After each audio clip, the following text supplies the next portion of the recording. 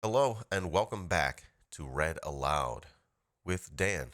That's me, Dan. Today on Read Aloud, we're continuing our reading of Discourse on Colonialism by Aimé Césaire. Aimé Césaire. And it's been a banger so far. Hope you've enjoyed reading it with me thus far. We may finish today, but I don't want to get your hopes up, so I shouldn't have said that. Let's continue right where we left off yesterday, or the previous day we read. Oop, that was a Nazi. We'll get to him in a minute. So here we are. We're talking about how the bourgeoisie, of course, the bourgeoisie, we be talking about the bourgeoisie. We're materialists. We're Marxists. We look at the world through a class lens, through that kind of worldview.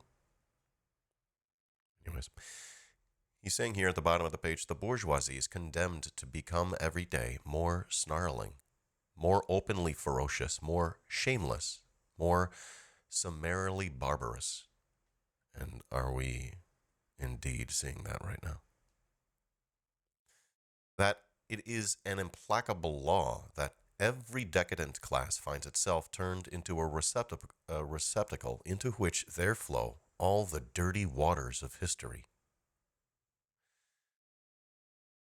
It's like he's saying the contradictions pile up, and the class that holds power will eventually be on the receiving end of it.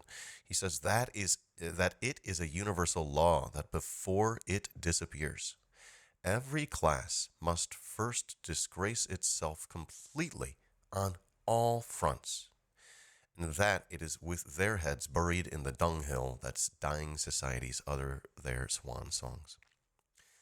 And I talked yesterday about how what's happening right now in Palestine is perhaps representative of the liberal bourgeoisie's dying out and of its swan song. These sick fucks. And we'll pick up from where we left off yesterday, right here. Césaire says, the dossier is indeed overwhelming. A beast that by the elementary exercise of its vitality spills blood and sows death. You remember that historically it was in the form of this fierce archetype that capitalist society first revealed itself to the best minds and consciences. Since then, the animal has become anemic. It is losing its hair. Its hide is no longer glossy. But the ferocity has remained, barely mixed with sadism. It is easy to blame it on Hitler, on Rosenberg, this guy, on Junger, and the others, on the SS. But that's not what Césaire's getting at. But what about this? He says, everything in this world, quote, everything in this world reeks of crime. The newspaper, the wall, the countenance of man. Baudelaire said that before Hitler was born, which proves that the evil has a deeper source. And Isidore Ducasse, Comte de l'Autrement,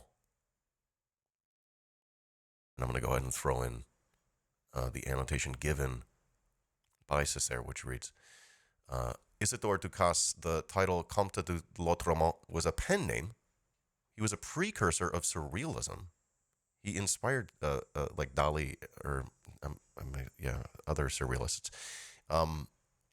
He had a great influence on later generations of poets and other surrealists. He's remembered for a single extraordinary work, the Chants du Maldoror, a kind of epic poem in prose whose satanic hero is in violent rebellion against God and society. The disconnected episodes through which Maldoror passes are a series of fantastic visions, occasionally mystic and lyrical, more often grotesque, macabre, and erotic, filled with sadism and vampirism. The work, as a whole has the intensity of a nightmare and seems almost to spring directly from the author's subconscious. Guy Verum's English translation from 1944 is still available. That's what that is referring to there. Maybe we'll read that here one day. I doubt it. Césaire goes on and says, in this connection, it is high time to dissipate the atmosphere of scandal that has been created around the Chance de Maldoror. Monstrosity? Literary meteorite? Delirium of a sick imagination? Come now, how convenient it is. So I guess there was a lot of atmosphere that he's getting at here. I'm not quite sure. But he says here, no one denies the veracity of Balzac. And he says here, but wait a moment. Take Vautrin. Let him be just back from the tropics. Give him the wings of the archangel and the shivers of a malaria.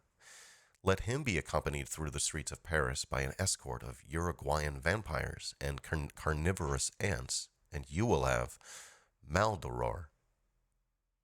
And I'll go ahead and throw in Césaire's 12th annotation here, which reads, Vautrin, who appears in Le Père Gauroit, I don't know how to say it, and other novels, is the arch-villain of Balzac's Comédie Humaine.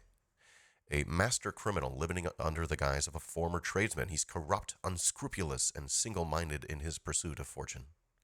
With cynical insight into capitalist society, Vautrin sees himself as no more immoral than the respectable bourgeois of his time.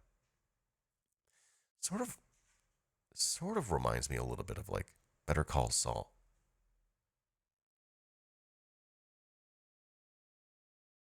So Césaire goes on and says, the setting is changed, but it is the same world, the same man, hard, inflexible, unscrupulous, fond, if ever a man was, of, quote, the flesh of other men.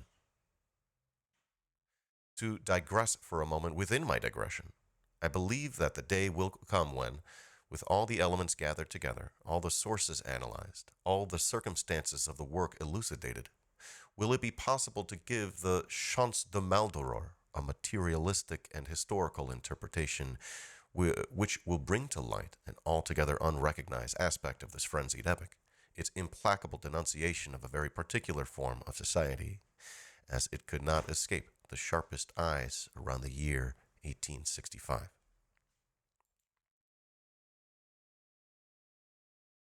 For that, of course, we will have had to clear the way the occultish and metaphysical commentaries that obscure the path, to reestablish the importance of certain neglected stanzas.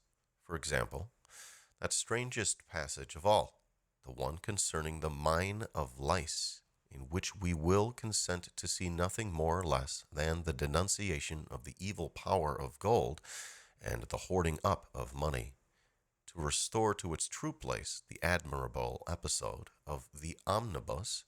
I have no idea what he's talking about here, and will be willing to find it very simple what is there, to wit, the scarcely allegorical picture of a society in which the privileged, comfortably seated, refuse to move closer so as to make room for the new arrival. And be it said in passing, who welcomes the child who has been callously rejected? The people, represented here by the ragpicker, Baudelaire's ragpicker. I think that's Baudelaire there. Baudelaire's ragpicker, quote, paying no need to the spies of the cops, his thralls, he pours his heart out in stupendous schemes. He takes great oaths and dictates sublime laws, casts down the wicked, aids the victim's cause. I think I'll skip over that reference. maybe 13.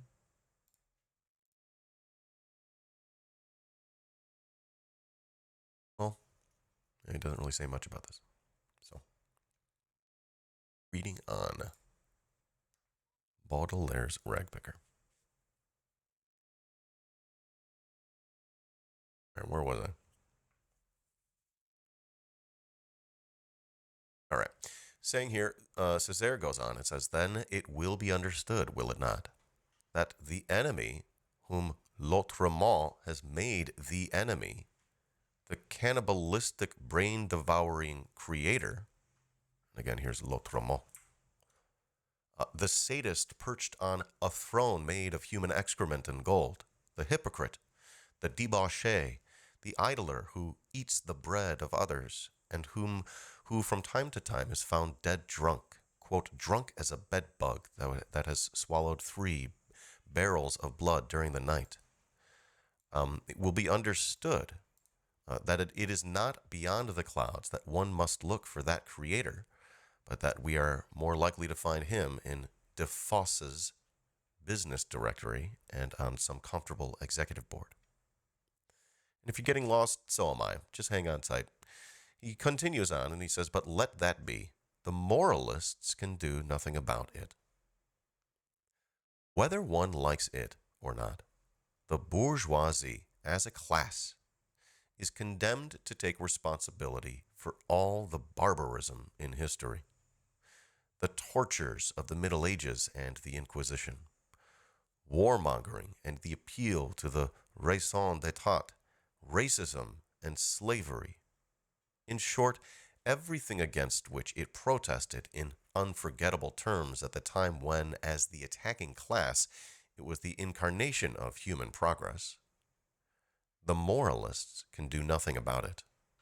There is a law of progressive dehumanization in accordance with which henceforth on the agenda of the bourgeoisie there can be, nothing but violence, corruption, and barbarism. Damn. Seems bad.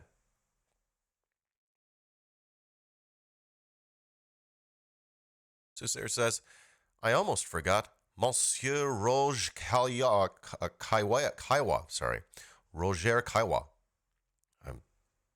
My French is not great sometimes, I'm sorry.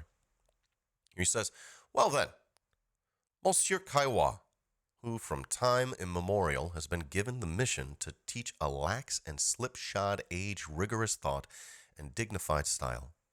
Mr. Caillois, therefore, has just been moved to mighty wrath. This begins Césaire's polemic, I suppose, against this demon, Roger Caillois, or Roger Caillois. That is obscene. So he says, why has it been moved to mighty wrath? Why? Because of the great betrayal of Western ethnography, which, with a deplorable deterioration of its sense of responsibility, has been using all its ingenuity of late to cast doubt upon the overall superiority of Western civilization over the exotic civilizations. Now, at last, Monsieur Caillois takes the field. Europe has this capacity for raising up heroic saviors at the most critical moments. It is unpardonable on our part not to remember Monsieur Massy, who, around 1927, embarked on a crusade for the defense of the West. All my homies hate crusaders for the West. He says, we want to make sure that a better fate is in store for Monsieur Caillois, who, in order to defend the same sacred cause, transforms his pen into a good Toledo dagger. I don't know what the fuck that means. What did Mr. Massy say? He deplored the fact that the destiny of Western civilization, and indeed the destiny of man, were now threatened, that an attempt was being made on all sides to appeal to our anxieties, to challenge the claims made for our culture, to call into question the most essential part of what we possess. And he swore to make war upon these disastrous prophets, which is actually sort of a cool name for a band. Someone write that down. I guess I will. Fucking rips. Césaire says, Monsieur Caillois identifies the enemy no differently. It is those European intellectuals who, for the last 50 years, because of exceptionally sharp disappointment and bitterness, have relentlessly repudiated the various ideals of their culture, and who by doing so maintain, especially in Europe, a tenacious malaise. It is this malaise, this anxiety, which Monsieur Caillois, for his part, means to put an end to. I think I'm skipping over this annotation 15. And indeed, Césaire continues, no personage since the Englishmen of the Victorian age has ever surveyed history with a conscience more sincere and less clouded with doubt. His doctrine? It has the virtue of simplicity. That the West invented science. That the West alone knows how to think. That at the borders of the Western world, there begins the shadowy realm of primitive thinking, which, dominated by the notion of participation, incapable of logic, is the very model of faulty thinking. At this point, one gives a start. One reminds Monsieur Caillois that the famous law of participation, invented by Levi Brule, or Levi Brule, I don't know, was repudiated by Levi Brule himself. Right, so he's saying here that Levi Brule came up with this idea, and then later he refuted it himself. So which Levi Brule are you going to agree with? He says that in the evening of his life, Levi Brule, he proclaimed to the world that he had been wrong in, quote, trying to define a characteristic that was peculiar to the primitive mentality so far as logic was concerned. That, on the contrary, he had become convinced that these minds do not differ from ours at all from the point of view of logic. Therefore, that they cannot tolerate a formal contradiction of any more than we can. Therefore, that they reject as we do by a kind of a mental reflex that which is logically impossible. Skipping annotation 16 as well. Feel free to pause the replay video if you want to check it out. A waste of time, says Césaire. Monsieur Caillois considers the rectification to be null and void. For Monsieur Caillois, the true Levi Brule can be only the Levi Brule who says that primitive man talks raving nonsense. Of course, there remain a few small facts that resist this doctrine. To wit, or the following comes to mind. We don't really say to wit that much anymore, do we? But the following comes to mind, he says. The invention of arithmetic and geometry by the Egyptians. To wit, the discovery of astronomy by the Assyrians. To wit, the birth of chemistry among the Arabs.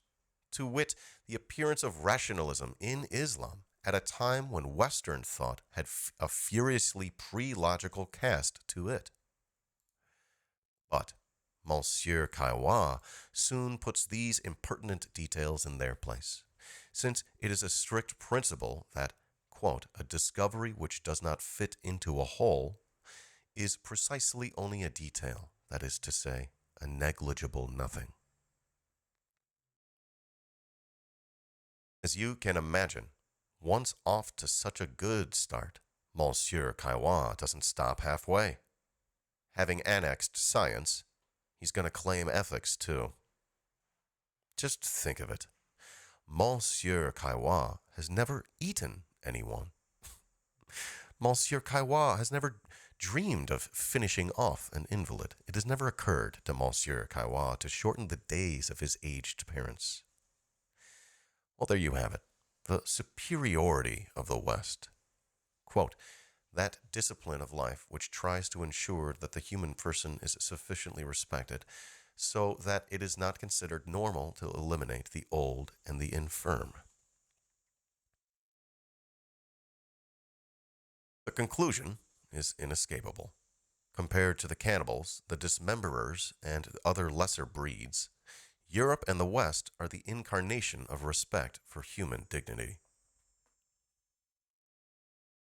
But let us move on, and quickly, lest our thoughts wander to Algiers, Morocco, and other places where, as I write these very words, so many valiant sons of the West, in the semi-darkness of dungeons, are lavishing upon their inferior African brothers, with such tireless attention, those authentic marks of respect for human dignity, which are called in technical terms electricity, the bathtub, and the bottleneck. I'm not sure I don't know what that means. But he says, let us press on. Monsieur Kaiwa has not yet reached the end of his list of outstanding achievements. After scientific superiority and moral superiority comes, wait for it, religious superiority. Here, Monsieur Kaiwa is careful not to let himself be deceived by the empty prestige of the Orient. Asia, mother of gods, perhaps. Anyway, Europe, mistress of rights. And see how wonderful. On the one hand, outside of Europe, ceremonies of the voodoo type, with all their ludicrous masquerade, their collective frenzy, their wild alcoholism, their crude exploitation of a naive fervor. And on the other hand, in Europe, those authentic values which Chateaubriand was already celebrating in his Génie du Christianisme. Quote, the dogmas and mysteries of the Catholic region, its liturgy, the symbolism of its sculptures, and the glory of the plain song. I suppose I should have done that in a French accent. Lastly, a final cause for satisfaction. Gobineau said, quote, the only history is white. What the fuck? Monsieur Kaiwa, in turn, observes, the only ethnography is white. It is the West that studies the ethnography of the others, not the others who study the ethnography of the West.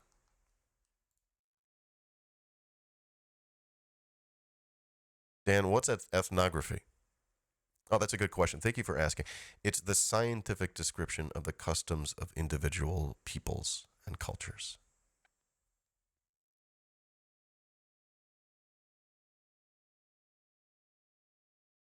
I just had that definition just off the top of my head. I didn't Google it.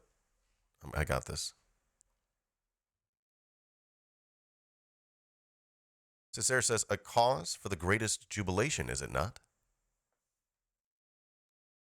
And the museums of which Monsieur Kaiwa is so proud. Not for 1 minute does it cross his mind that, all things considered, it would have been better not to have needed them. That Europe would have done better to tolerate the non-European civilizations at its side, leaving them alive, dynamic, and prosperous, whole, and not mutilated, that it would have been better to let them develop and fulfill themselves than to present for our admiration, duly labeled, their dead and scattered parts. Damn, he sounds mad. That anyway, the museum by itself is nothing, that it means nothing, that it can say nothing. When smug self-satisfaction rots the eyes, when a secret contempt for others withers the heart, when racism, admitted or not, dries up sympathy, and after all, the honest contemporary of Saint Louis, who fought Islam, St. Louis, I guess, right? Who fought Islam but respected it, had a better chance of knowing it than do our contemporaries, even if they have a smattering of ethnographic literature who despise it. No, in the scales of knowledge, all the museums in the world will never weigh so much as one spark of human sympathy. And what is the conclusion of all that? Let us be fair. Monsieur Caillois is a moderate. Having established the superiority of the West in all fields, and having thus reestablished a wholesome and extremely valuable hierarchy, Monsieur Caillois gives an immediate proof. Is that a typo right there? Gives an immediate proof, or imitate proof, I'm not sure what is happening here, of this superiority by concluding that no one should be exterminated. That's very nice. It's sort of like a liberal Zionist attitude, right?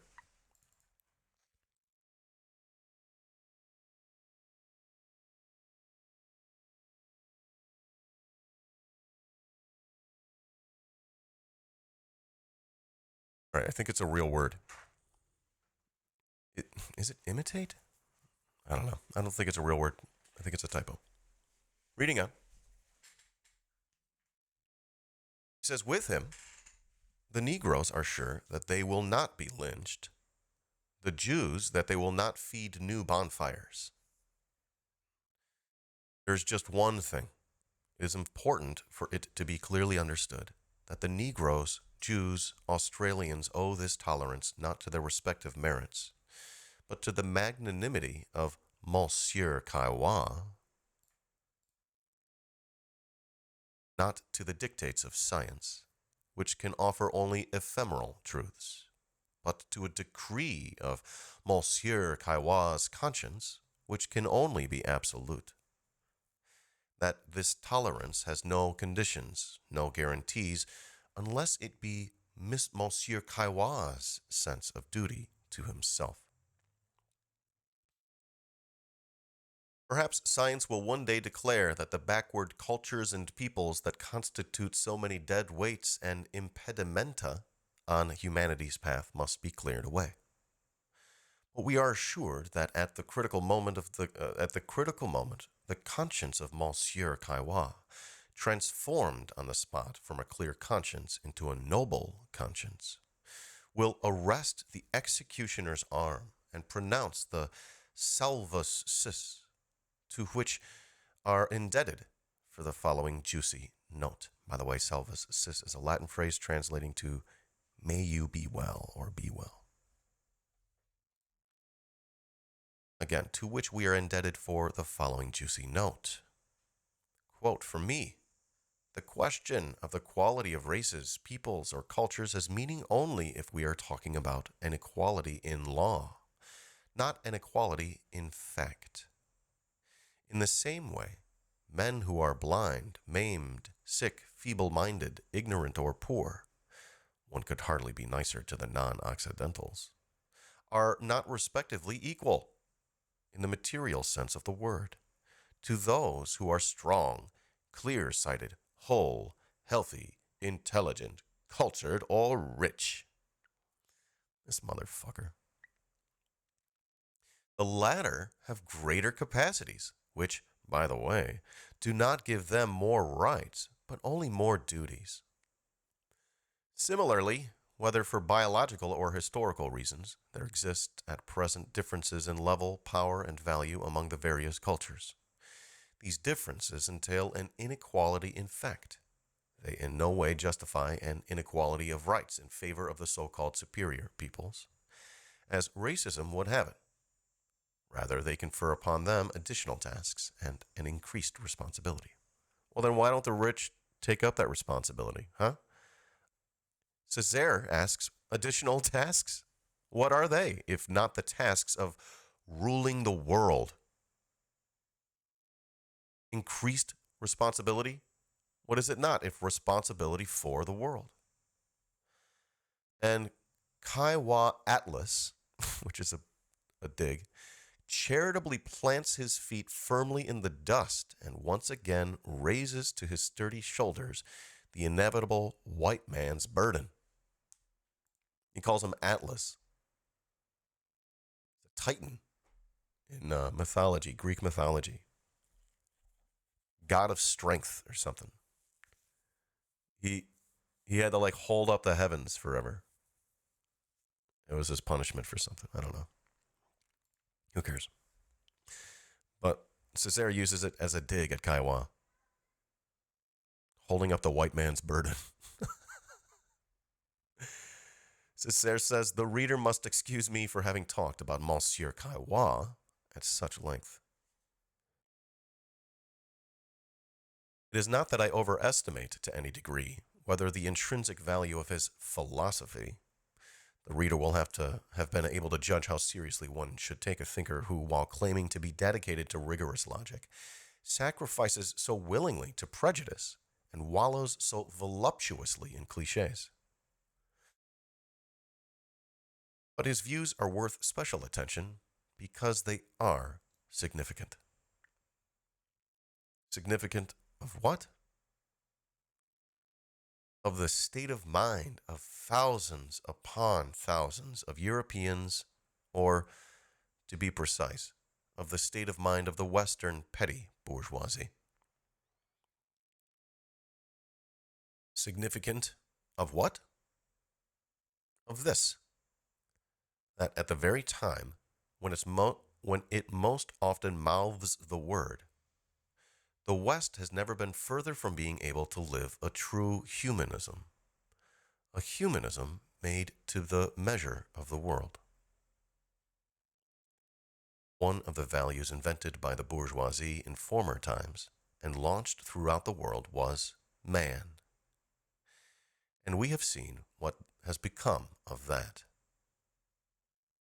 The other was the nation. It is a fact, says Césaire. The nation is a bourgeois phenomenon.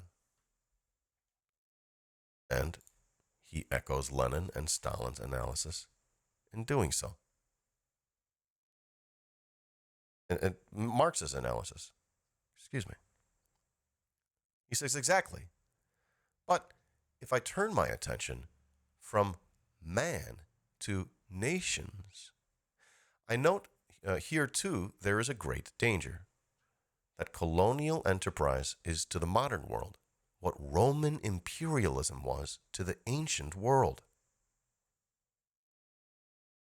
That prelude to disaster and the forerunner of catastrophe.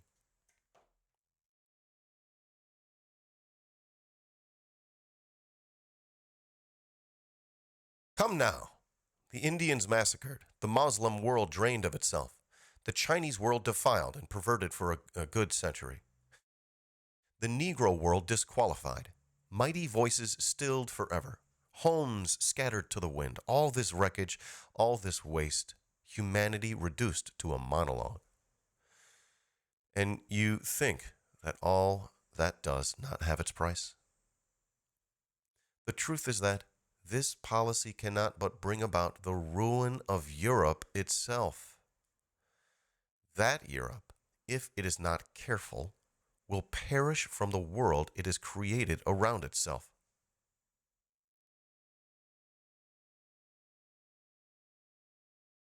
that though they were only slaughtering Indians or Hindus or South Sea Islanders or Africans, they thought they were. They have in fact overthrown, one after another, the ramparts behind which European civilization could have developed freely. I know how fallacious historical parallels are, particularly the one I'm about to draw. Nevertheless, permit me to quote a page from Edgar Quinet, or Quinet, I don't know, for the not inconsiderable element of truth which it contains, and which is worth pondering. Here it is. People ask why barbarism emerged all at once in ancient civilization. I believe I know the answer. It is surprising that so simple a cause is not obvious to everyone. The system of ancient civilization was composed of a certain number of nationalities, of countries which, although they seemed to be enemies, or were even ignorant of each other, protected, supported, and guarded one another. When the expanding Roman Empire undertook to conquer and destroy these groups of nations, the dazzled sophists thought they saw at the end of this road humanity triumphed in Rome. They talked about the unity of the human spirit. It was only a dream. It happened that these nationalities were so many bulwarks protecting Rome itself. Thus, when Rome, in its alleged triumphal march toward a single civilization, had destroyed, one after the other, Carthage, Egypt, Greece, Judea, Persia, Dacia, and Cisalpine, and Transalpine Gaul. Sorry about my pronunciations. It came to pass that it had itself swallowed up the dikes that protected it against the human ocean under it was to perish. The magnanimous Caesar, by crushing the two Gauls, only paved the way for the Teutons, or Teutons. Teutons? Teutons. Teutons. So many societies, so many languages extinguished, so many cities, rights, homes annihilated, created a void around Rome, and in those places which were not invaded by the barbarians, barbarism was born spontaneously. The vanished Gauls changed into Bagauds. Am I saying that? Thus, the violent downfall, the progressive extirpation of individual cities, caused the crumbling of ancient civilization. That social edifice was supported by the various nationalities, as by so many different columns of marble or porphyr. I don't know. It's a type of hard igneous rock. Anyways, when, to the applause of the wise men of the time, each of these living columns had been demolished, the edifice came crashing down, and the wise men of our day are still trying to understand how such mighty ruins could have been made in a moment's time. And now, I ask, what else has bourgeois Europe done? It has undermined civilizations, destroyed countries, ruined ruined nationalities, extirpated, quote, the root of diversity. No more dikes, no more bulwarks. The hour of the barbarian is at hand. The modern barbarian. The American hour.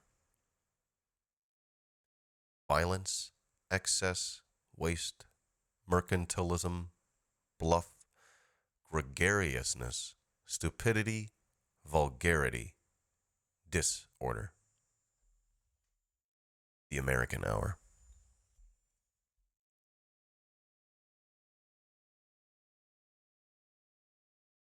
He says, in 1913, Ambassador Page wrote to Wilson.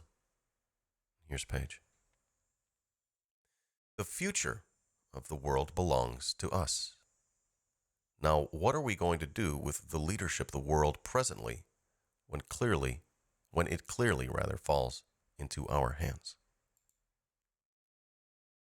And in 1914, quote, what are we going to do with this England and this empire presently when economic forces unmistakably put the leadership of the race in our hands?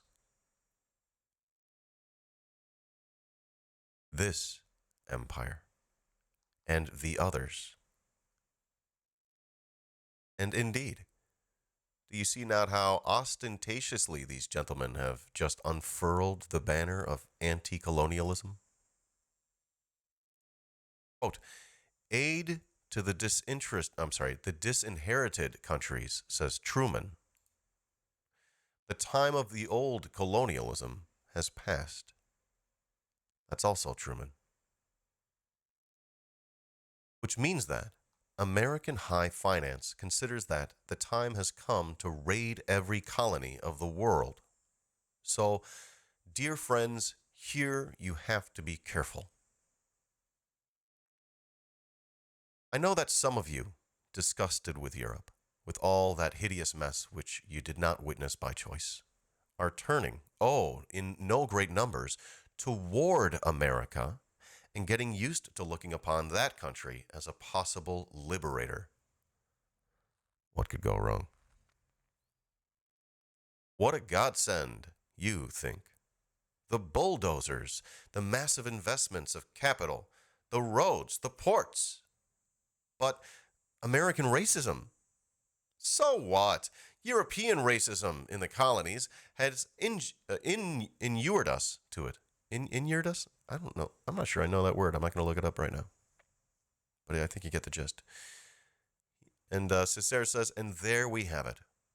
Ready to run the great Yankee risk. So, once again, be careful. American domination, the only domination from which one never recovers. I mean, from which one never recovers unscarred. And since you're talking about factories and industries, do you not see the tremendous factory hysterically spitting out its cinders in the heart of our forests or deep in the bush? The factory for the production of lackeys? Do you not see the prodigious mechanization, the mechanization of man? The gigantic rape of everything intimate, undamaged, undefiled, that, despoiled as we are, our human spirit has still managed to preserve? The machine, yes. Have you never seen it? The machine for crushing, for grinding, for degrading peoples? So that the danger is immense. So that unless in Africa, in the South Sea Islands, in Madagascar, that is, at the gates of South Africa, in the West Indies, that is, at the gates of America, Western Europe undertakes its own initiative, a policy of nationalities, a new policy founded on respect for peoples and cultures, nay, more, unless Europe galvanizes the dying cultures or raises up new ones, unless it becomes the awakener of countries and civilizations. This being said, without taking into account the admirable resistance of the colonial peoples, primarily symbolized at present by Vietnam, but also by Africa, of the Rassemblement Démocratique Africain, or the African Democratic Rally, a party of Pan-African federal parties. He says Europe will have deprived itself of its last chance and with its own hands drawn up over itself the pall of mortal darkness.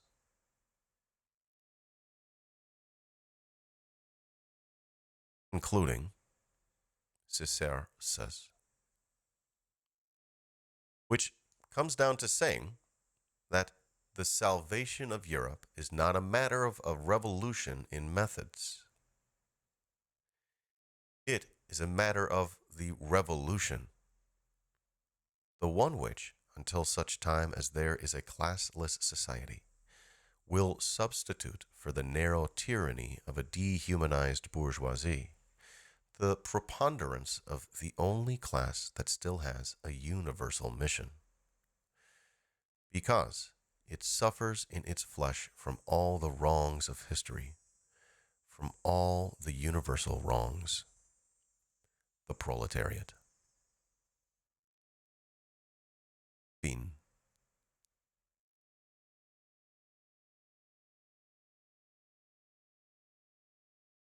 That concludes our reading of Aimé Césaire's Discourse on Colonialism. After this, there is an interview with Aimé Césaire, which we will read. Perhaps. Thank you very much. Which we will read at another time. Thank you very much. If you like my content, and I hope that you do, if you enjoy this media, this independent communist media, only you can keep it alive. Help keep it alive. It means a lot. It really does. You could support for as little as $1 or more on Patreon each month. You will get early access to my independent communist media. Please do support. It does mean a lot. If you're watching live, stick around. If you're watching the replay, check out what's next. Love your face.